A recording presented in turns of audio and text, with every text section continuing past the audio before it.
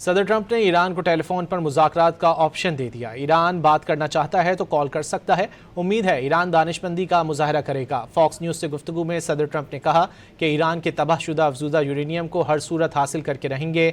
एतराफ़ किया कि अमन के लिए पाकिस्तान ने शानदार कोशिशें की। पाकिस्तान सहूलतकारी के अमल का हिस्सा रहेगा। वज़ीर आज़म और फील्ड मार्शल बहुत अच्छे और काबिल एहतराम हैं।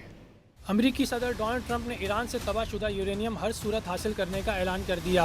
डोनाल्ड ट्रंप ने एक बार फिर कहा कि ईरान जंग जल्द खत्म होगी और अमेरिका फातेह होगा। ईरान का अफजूदा यूरेनियम हासिल करके रहेंगे। उन्होंने अमेरिकी टीवी फॉक्स न्यूज से गुफ्तगू में ये भी बावर कराया कि इनकी टीम बिला मकसद बार बार घंटों का सफर नहीं करेगी। ईरान को बात करनी है तो कॉल कर ले।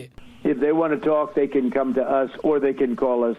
You know, there is a telephone. We have nice secure lines, although I'm not sure any telephone line is secure, frankly, but we have secure lines, and if they want, we can talk.